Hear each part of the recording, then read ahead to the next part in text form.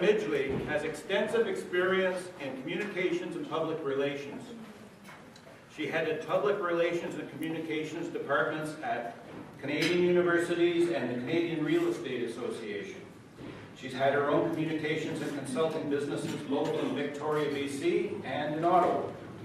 In 2007, she helped launch and managed operations and marketing for SOS, Seniors on Site in Ottawa, hiring seniors who are 50 and over. I'm not.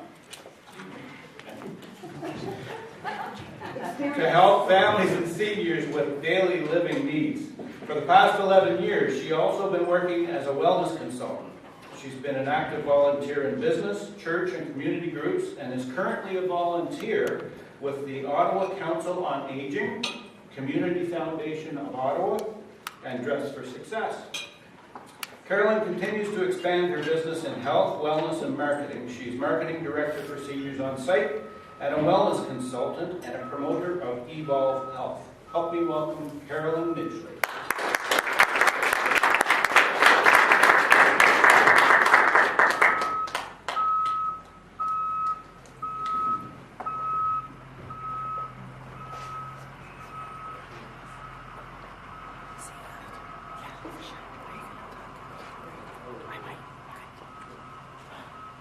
Bob?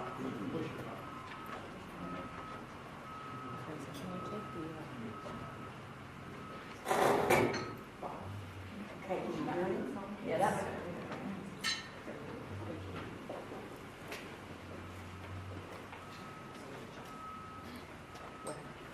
Thank you, Bob. I was one of those people who wasn't ready. Here I am. I'm going to start here, and then I'm going to go to the podium, just because that's how I'm going to feel more comfortable. And listening to Steve this morning, I recognize the huge responsibility that I have here.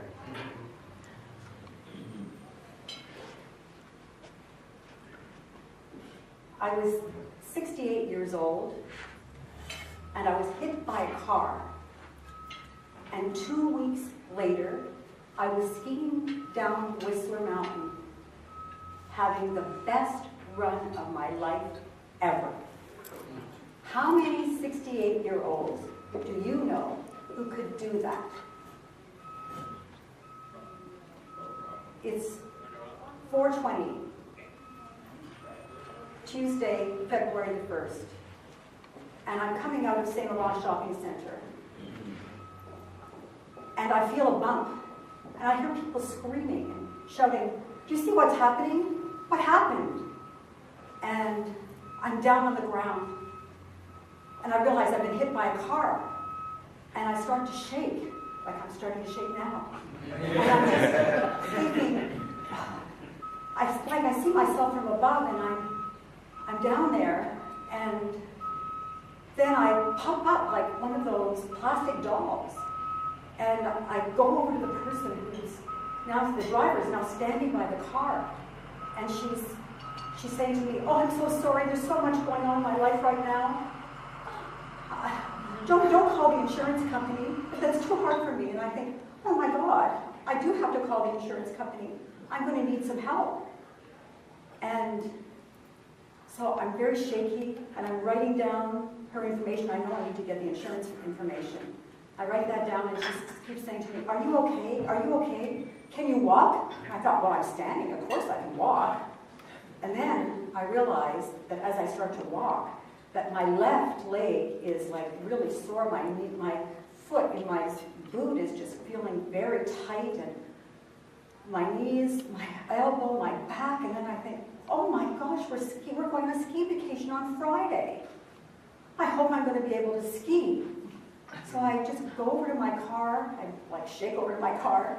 Now luckily I only live 5 minutes away. I go home, I tell my husband what happened, and I say I need to see my chiropractor. And so he calls my chiropractor, and at 5:30 I'm in the chiropractor's office.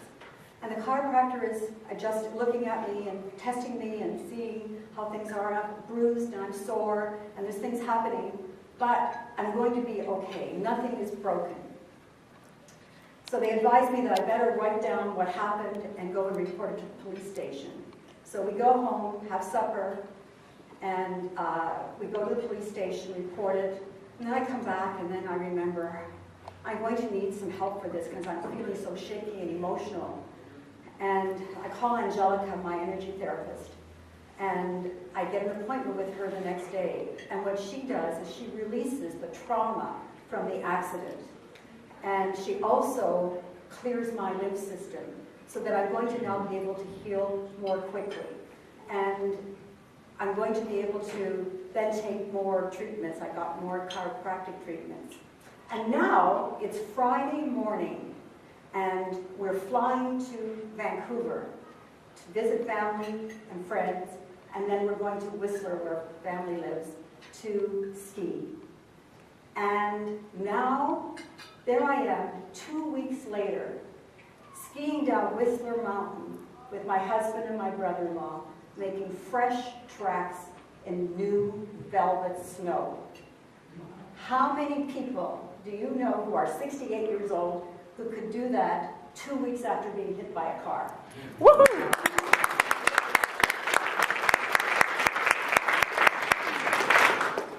So I was able to do this because I set the intention for health and healing. And I wanted to be well enough to go on my ski trip. So I was able to call on my wellness team, my chiropractor, my massage therapist. I called my son who lives in Pemberton, where we were going to be staying, and he made an appointment with his fabulous massage therapist. I also made an appointment with an acupuncturist and a chiropractor in Pemberton. So what the chiropractor does is she adjusted my body, my neck, my back, my pelvis, because I was twisted as well. So I needed to have that kind of adjustment. And then the massage therapist worked in those areas on my body to relax the muscles and make sure that the scar tissue was going to be dealt with effectively. Then I've been in health for years, and I use magnetic products. So I used those products to help keep my back, my knee, and my elbow in a good place, protected, so that I was able to ski.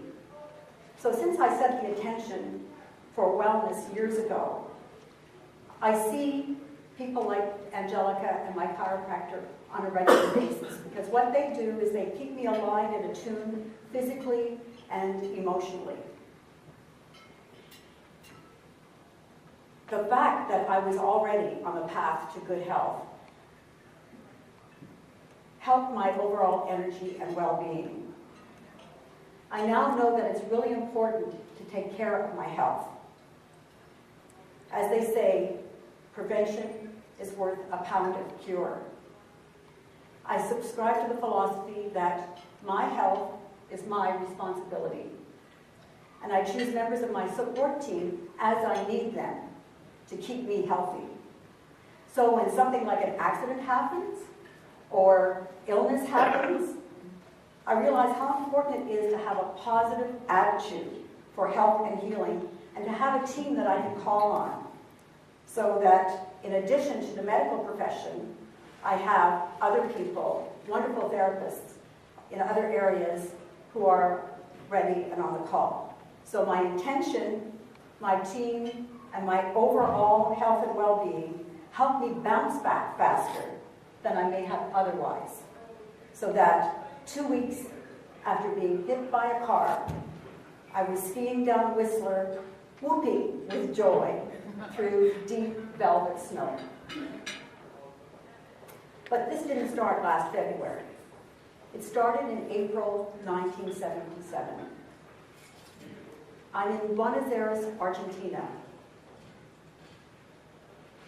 I've been accompanying my husband on a ski business trip. And now it's the end of the business trip. And we're very excited because we're going to Iguazu, one of the 7 natural wonders of the world. And I can't wait to see these fabulous waterfalls and these millions of butterflies. When we go to bed and I wake up in the middle of the night, I have an excruciating headache and I have horrible intestinal problems. And by the morning, my headache's even worse. I can scarcely crawl to the bathroom, and there is no way that we can go to Iguazu. At that time, it was military rule in Argentina, and in terms of the military rule, it was very difficult to get any information. Finally, my husband was able to find a doctor to come to see me. When the doctor comes in, he's like saying to me, he just starts to perspire, and he says to my husband, "Oh, she's so delicate, she's so delicate. I feel like I'm dying," and I think, oh my gosh, I really am in trouble. So he gives me some treatment, and then he came back a few more times, so that I actually was well enough to fly home. Now I'm in Ottawa, I'm in the doctor's office, and the doctor's saying to me, "You're celiac. There's been a communication gap between your GP and your specialist. You have to be on a gluten-free diet for the rest of your life." I'm stunned. What gluten is it's a protein in wheat, rye, barley, and oats. And if you ingest that, it destroys the lining of the intestine, in my case. And then it means that you can't absorb any nutrients, food goes straight through you, and if I take it by accident, then I end up feeling like I've had the flu for about 3 days. So that's not something that you want to cheat on. So in an instant, I go from eating my Ukrainian grandmother's wonderful braided bread and pierogies to never being able to eat that again. And now I have to be vigilant about my health. I've been having health challenges for about 10 years, but the doctors didn't really take me seriously until this episode. Of course, I went back to those doctors and let them know what the impact of their communication gap had on my health. I was now starting to take leadership and control of my own health. And I chose to look at this as a blessing in disguise. I now eat healthy foods, and consequently so does my family. I love to cook, so I make great gluten-free meals. And I decided to respond positively to this wake-up call and embrace what was for me a healthy diet. My experience is a vivid example of that expression, "You are what you eat." I live and breathe the importance of health and healthy living every single day. If I'm not careful what I put in my body, then my body tells me that right away. But most of us don't listen to our bodies, and we don't know until often we get that wake-up call. So I've come to realize that healthy living is really a lifestyle. Even if you do something active for 20 minutes a day, do walking, a little bit of exercise, and you do something good for your body will do something good for you. So if there's a takeaway that I'd like to give you today, it's don't wait until you have a near-death wake-up call before you take control of your health. Listen to your body and set a positive intention for health and healing. There are many times our bodies are giving us messages, but are we listening?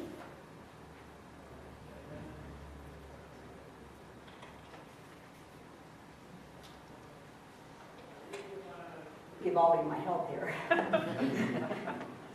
In the meantime, while I was taking care of my body from a nutrition perspective, I certainly wasn't doing that from a balance and lifestyle perspective.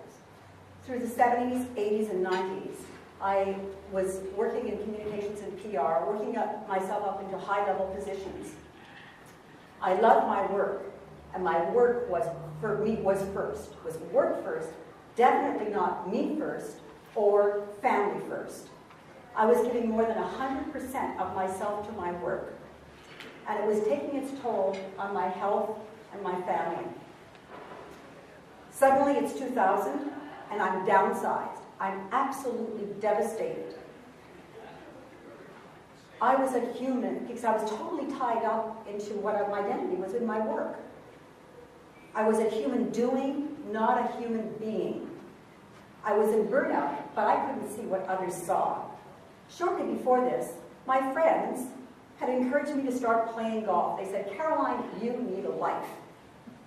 Ironically, it was my golf teacher who had a significant impact on my health by introducing me to the wonderful world of wellness, using complementary modalities and products that helped me be well naturally.